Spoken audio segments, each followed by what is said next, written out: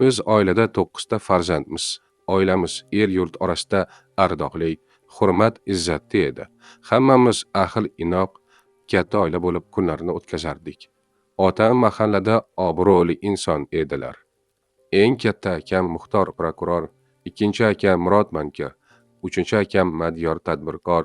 Men Muslim qaysarligim sabab oliygohda o'qimadim. Mendan keyingi ukalarim Ma'ruf va Ma'mur ham oliy ma'lumotli bo'lishgan. Albatta, opalarim ham oliy ma'lumotli edilar. Bir akalarim uylanishdi. Opalarim turmushga chiqishdi. Hayotimiz go'zal va shirin o'tardi. Bu orada onam menga ham bir Soliha Dilobar ismli qizni topdilar. Dilobar kamsuqum, kamgap, mehnatkash qiz bo'lib, qo'lidan uy ro'zg'or ishlarining barchasi kelar, onamning ko'nglidagidek bajarardi. Oradan ozgina vaqt o'tib, ukam Ma'rufni uylantirdik va men hovlimizdan 4 ta uy naridagi boshqa hovlimizga ko'chib kirdik hamda ro'zg'orimizni alohida qilib yashay boshladik. Oilada bitta men o'qimaganligim uchun salkam yarim gektarlik bog' olgan edik.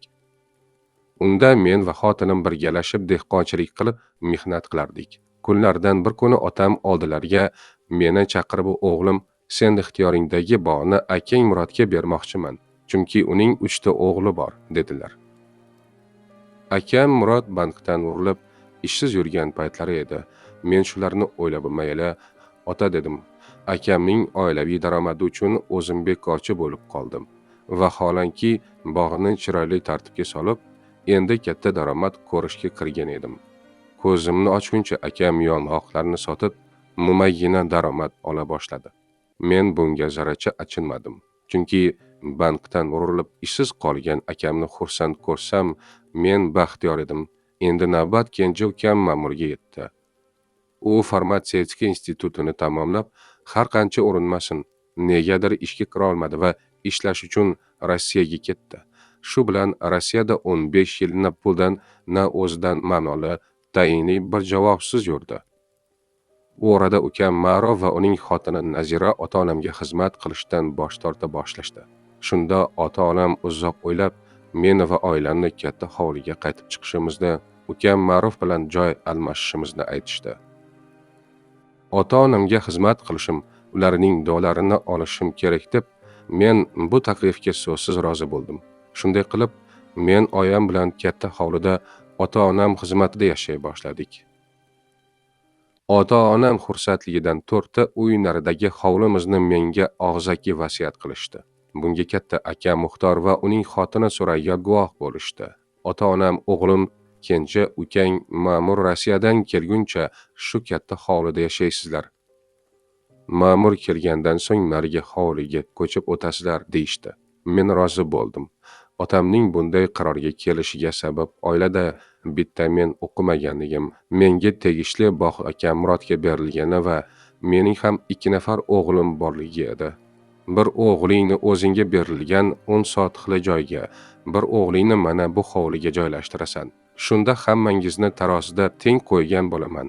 Bolalarim, dedilar. Katta akam, xo'p, ota, juda ma'qul, dedi. Kunlar, oylar, yillar o'ta boshladi. U orada men biznesga qo'l urdim. Biznesim ota-onamning duolari bilan yaxshi bo'lib, ishlarim yurishib ketdi. Ota-onam qatli diabetga chalingan edilar. Otam 2011-yilda institutdan, onam esa 2014-yilda oshqozon osti bezidagi o'simtadan olamdan o'tishdi. Ota-onamni joylariga qo'yib, so'nggi manzillariga kuzatdik. Kenja ukam Ma'mur esa Rossiyadan kelmasdi.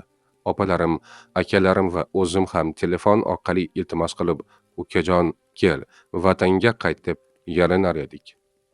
Nihoyat 2016-yilda Ma'mur Rossiyadan keldi. Bir oycha jam yurdi-da, keyin qabih niyatini oshkora qila boshladi. 3-akam Madyor bilan til biriktirib, meni va oilamni hovlidan haydash rejasini tuza boshlashdi. Asosiy ko'zlagan narsasi ota-onam menga og'zaki qilgan vasiyatdagi uy hovli edi. Bir kuni Madyor kelib, mana Ma'mur Rossiyadan keldi. Endi uyni bo'shat, dedi. Men xo'p, bo'shataman. Avval yaxshi bir qiz topib uylab olaylik, dedim. Ma'murni uylash sening ishing emas, sen imoratingni solaver, dedi u. Men tushunmadim. Aka, bu nima deganingiz? menga otam vasiyat qilgan hovlim bor-ku, o'sha hovliga chiqaman desam, u hovlida sening haqqing yo'q. Hamma uy-joylar ota-onamdan qolgan, barcha mol-mulklarning hammasi ma'murniki deb turib oldi. Nahotki o'z akam mening yuzimga oyoq qo'yib, urug'da yo'q, mashoqda yo'q, xirmonda hozir ukam ma'murga yon bosib, hamma narsani unga in'om qilmoqchi bo'lsa. Boshim qattiq og'rirdi. Qon bosimim ko'tarilar. Yurish-turishimda ham, yotishimda ham halovatim yo'qolgan edi. Qisqasi, qora kunlar boshimga soya sola boshladi. Akam Madiyor har kuni ichib kelib, uyni bo'shat deya takrorlardi.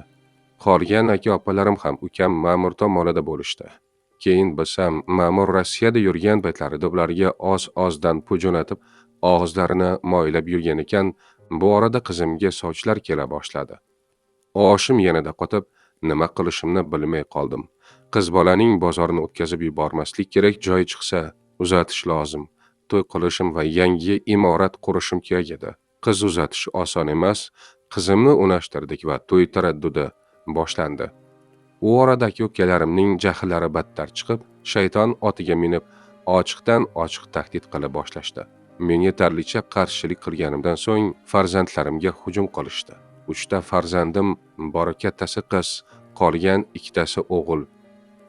Kichik o'g'limga tuhmat qilib, militsiyaga ariza yozib berishdi. Sababi go'yoki ko'chada bolalar futbol o'ynab, oynani sindirib qo'yishgan deb ataylab tosh otib sindirdi deyishdi. Yosh bola yolg'on gapirmaydi degan gapga yana bir bor amin bo'ldim. Futbol o'ynab oyna sindirgan bolalar yo'q edi. Asilbek o'sha kuni futbol o'ynashga chiqmagan degan gaplardan keyin uchastlavoy o'g'lim Asilbekni tergovdan ozod qildi. Ma'murning niyati amalga oshmagach, u yosh bolalarning ota-onalariga borib, agar hamma aybni Asilbekka ag'dasalaring, sizlarga yozilgan arizamni qaytarib olaman debdi. Allohga shukr, u ota-onalar mayli, jarimani to'lasak to'laymiz, lekin biz seningdek iflos ishga qo'l urmaymiz. Asilbekka tuhmat qilmaymiz, deyishibdi. Alloh ulardan rozi bo'lsin. Endi farzandlarimga tahdid qila boshlashgacha bularda umuman musulmonchilik sifati qolmabdi dedim va ulardan iltimos qila boshladim. Eng oxirgi muddatni 31 dekabr deb belgiladim. Shu kungacha uyni bo'shatib beraman dedim. Sentyabr oyida to'yni o'tkazdik. Eng yaqinlarimni ham, ichimdagi dushmanlarimni ham to'yga aytib keldim. To'yga kelganlar ham, kelmaganlar ham bo'ldi. Keyin esa belni mahkam bog'lab, uy solishni boshladim. Allohimga shukr, yaxshi insonlar va do'stlarim ko'p ekan. Do'stlarim yonimga kelib, yordamlarini ayamasdan men bilan yelkama-yelka ishlashdi. Va'da qilganimdek 29 dekabr kuni yangi uyga ko'chib chiqdik. Boshingga bir ish tushganda do'st sinaladi degan gaplar to'g'ri ekan. Do'stlarimdan Alloh rozi bo'lsin. Azizlar, boshimdan o'tgan bu kunlarni yozishdan maqsadim kimlargadir ibrat bo'lsin degan niyatdir. Ilohim, hech bir jigarlar mening jigarlarimdek tubanlik qilmasin. Og'zaki vasiyatga emas, 4 ta guvoh bilan qog'ozga tushirib qo'yinglar demoqchiman.